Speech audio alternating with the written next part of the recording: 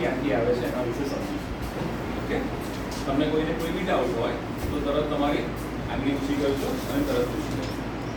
પહેલાં તો જે તમે કીધું ને કે જીઈબી, એકચ્યુઅલી પહેલાં જીઈબી હતું. જીઈબી એટલે Gujarat electricity board. Gujarat electricity બોર્ડમાંથી વર્ષ 2003માં કંપનીકરણ કરીને સરકારશ્રીએ એના અલગ અલગ ઝોનમાં વહેંચી દીધા. અલગ અલગ 2005માં એને અલગ અલગ ઝોનમાં એટલા માટે વહેંચવામાં આવ્યા કેમ કે એનું બેટર એડમિનિસ્ટ્રેશન થાય, એનું મેનેજમેન્ટ સરખી રીતે થઈ શકે.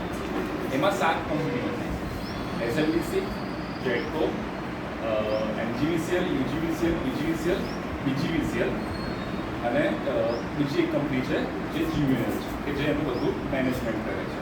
હવે ઇલેક્ટ્રિસિટી જે છે એ આપણે સ્ટોર નથી કરી શકતા. હવે ઇલેક્ટ્રિસિટીમાં કેવું થાય છે કે જે બી એના સોર્સિસ છે કે કઈ રીતના આપણે ઇલેક્ટ્રિસિટી જનરેટ કરી શકીએ છીએ, એમાં નહીં તો 22 રીત છે જે અત્યારે આપણને ઓલ ઓવર વર્લ્ડની અંદર ચાલે છે. જેમાં આપણા દેશમાં સૌથી વધારે પ્રચલિત જે છે એ 3 મેથડ છે. ફોસિલ ફ્યુઅલ એટલે એની અંદર નેચરલ ગેસ, કોલ અને પેટ્રોલિયમથી જે વીજળી ઉત્પન્ન થાય છે એને કહેવાય છે ફોસિલ ફ્યુઅલ. બીજી છે ન્યુક્લિયર. તમે જે પરમાણુ વિશે સાંભળ્યું હોય એના માટે ઘણા બધા મૂવીઝ પણ બની ગયા છે, જેનાથી ઘણા બધા બીજા બી ઉપયોગ થઈ શકે. એમાંથી એક ઉપયોગ આપણી વીજળી ઉત્પન્ન કરવા માટે થઈ શકે છે. અને સૌથી વધારે મહત્વનો કે જેમાં ઓછું કોસ્ટિંગ આવે છે એ છે રિન્યુએબલ એનર્જી. હવે ફોસિલ ફ્યુઅલમાં શું થાય છે કે આપણે કોલસાથી વીજળી ઉત્પન્ન કરીએ છીએ. એટલે કોલસો બાળવો પડે અને ઇલેક્ટ્રિસિટી માટે આપણે કોલસો બાળીને ઇલેક્ટ્રિસિટી ઉત્પન્ન કરીએ છીએ.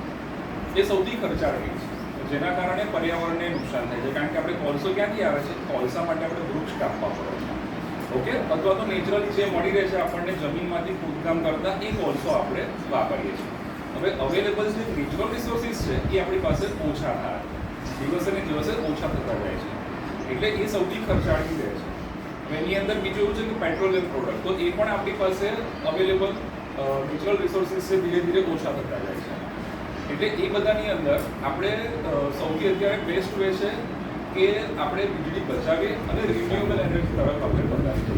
રિન્યુએબલ એનર્જી એટલે સોલારથી તમારે જે થાય છે, વિન્ડથી થાય છે, પછી ટર્બાઇનથી થાય છે, એ બધા નેચરલ એના રિસોર્સિસ છે. અત્યારે તમે જોયું હશે કે ઘણી બધી જગ્યાઓ પર તમે જ્યારે ઘરેથી બી નીકળો ને ત્યારે ઘણા બધા જગ્યાઓ ઉપર સોલાર પેનલો લાગેલી હશે. હવે એ સોલાર પેનલોમાં તમે ઘરે ઘરે ઇલેક્ટ્રિસિટીને તમે પ્રોડ્યુસ કરી શકો છો. એટલે શું થાય છે કે તમે તમારા ઘર ઉપર સોલાર પેનલ લગાવી દીધી છે. રિન્યુએબલ એનર્જીસ તમે જોશો કે અત્યારે સરકારશ્રી પણ એ તરફ જ વળી રહ્યા છે કે એ રિન્યુએબલ એનર્જીથી સૌથી ઓછા ખર્ચે અને સૌથી વધારે પ્રમાણમાં વીજળી ઉત્પન્ન કરી શકાય. એટલે ઘરે ઘરે તમે દરેકના ઘરે તમે જોશો તો અત્યારે મોટાભાગે સોલાર પેનલો લાગેલી હશે. સોલાર પેનલનું કામ શું છે કે સોલાર પેનલો તમારા ટેરેસ પર લાગશે. એ લાગવાથી જ્યાં બી સનલાઇટ આવતી હશે ને ત્યાં આગળ લગાવવામાં આવશે. એ લગાવશે એટલે ત્યાં આગળ તમારા ઘરે તમે ઇલેક્ટ્રિસિટી પ્રોડ્યુસ કરી શકો. ઓકે, એટલે એ અત્યારે સૌથી સારામાં સારું. અને નેચરલી તમે જોશો કે એન્વાયરમેન્ટથી બી જોશો તો એની અંદર એને પ્રોડ્યુસ કરવામાં એન્વાયરમેન્ટને કોઈ નુકસાન થતું નથી. ઉપરથી એમાં એવું થાય છે કે એ પ્રોડ્યુસ કરવાથી ઇકો ફ્રેન્ડલી ઇલેક્ટ્રિસિટી તમારે પ્રોડ્યુસ કરી શકો. એટલે બીજો કોન્સેપ્ટ એવો છે કે આપણે એકલા આનાથી બધી વીજળી માટે પહોંચી નહીં પડતી. એટલે આપણે કોલનો બી ઉપયોગ કરવો પડે છે, પેટ્રોલ પ્રોડક્ટનો ઉપયોગ કરવો પડે છે, બધી જ વસ્તુ થાય છે. એટલા માટે આપણે કહીએ છીએ કે ઇલેક્ટ્રિસિટીને સેવ કરો. તમારે જ્યારે બી, અને એ સેવ ક્યારે થશે કે જ્યારે તમે અનનેસેસરી કોઈ ક્લાસમાં સપોઝ માનો બેઠું નથી અને તમારે કોઈ ના હોય ત્યારે લાઇટ ફેન ઓફ કરી દો. તમારા ઘરમાં બી કોઈ ઇક્વિપમેન્ટ હોય કે જે તમારે યુઝ ના થતા હોય, અનનેસેસરીલી આપણે લાઇટ પંખો કે બાકીના કોઈ બી એસી છે કે ફ્રીજ, વોશિંગ મશીન છે, એ બધી વસ્તુ આપણે ચાલુ રાખતા હોઈએ છીએ. એનાથી શું થશે? ઇલેક્ટ્રિસિટી વેસ્ટ થાય છે. એટલે એ બધી વસ્તુ આપણે જો એનાથી એ બધું અવોઇડ કરીશું કે એને ઓછું કરીશું તો એટલા જ કોલ છે કે પછી બાકીના બી જે ઓપ્શન્સ આપણી પાસે અવેલેબલ છે આપણે સેવ કરી શકીશું. એને કોઈ ડાઉટ છે? હવે મારી પાસે લિટરેચર છે, હું તમને આપું છું. હવે આ બધાની અંદર એક વસ્તુ એ રહી ગઈ કે ઇલેક્ટ્રિસિટી આપણે ઘર સુધી કેવી રીતે પહોંચે છે. આ જે બધી વસ્તુઓથી આપણે જે ઇલેક્ટ્રિસિટી પ્રોડ્યુસ કરીએ છીએ, સોલારમાં તો ઘરે જ ઇલેક્ટ્રિસિટી પ્રોડ્યુસ થાય છે કારણ કે ટેરેસ પર લાગેલી છે. પણ આ જે બધા જે યુનિટ છે જેમ કે એસએલડીસી છે, એની અંદર શું થાય છે કે એસએલડીસી અને બાકીના જે ગવર્મેન્ટના યુનિટ છે ત્યાં આગળ ઇલેક્ટ્રિસિટી પ્રોડક્શન ત્યાંથી ટ્રાન્સમિશન ના આવે. ટ્રાન્સમિશનની એક અલગ કંપની છે. એ ટ્રાન્સમિશન કંપનીમાંથી ઇલેક્ટ્રિસિટી ડિસ્કોમ કંપનીને આપવામાં આવે. જેમ કે તમે કહ્યું કે મધ્ય ગુજરાત વીજ કંપની લિમિટેડ એ ટ્રાન્સમિશન પાસેથી ઇલેક્ટ્રિસિટી લેશે અને એ ગ્રાહકના ઘર સુધી પહોંચાડશે, જ્યાં મીટરના માધ્યમથી એનું બિલ થશે. ઓકે, એટલે ત્યાં જે એક જગ્યા ઉપરથી ઇલેક્ટ્રિસિટી પ્રોડ્યુસ થાય છે, એ કંપનીનું કામ ફક્ત પ્રોડક્શન કરવાનું છે, એ યુનિટનું કામ ફક્ત પ્રોડક્શન કરવાનું છે. એ પ્રોડક્શન થયેલી ઇલેક્ટ્રિસિટી છે એ ટ્રાન્સમિશન મારફતે ટ્રાન્સમિશન કંપની એને દરેક ગ્રાહકના ઘર સુધી પહોંચાડવા માટે ડિસ્કાઉન્ટને આપશે અને ડિસ્કાઉન્ટ દરેક ગ્રાહકને એ બિલની દરેક ઇન્ડિવિડ્યુઅલ ગ્રાહકને ઘર સુધી પહોંચાડશે. ઓકે, હવે કોઈને કોઈ ડાઉટ છે?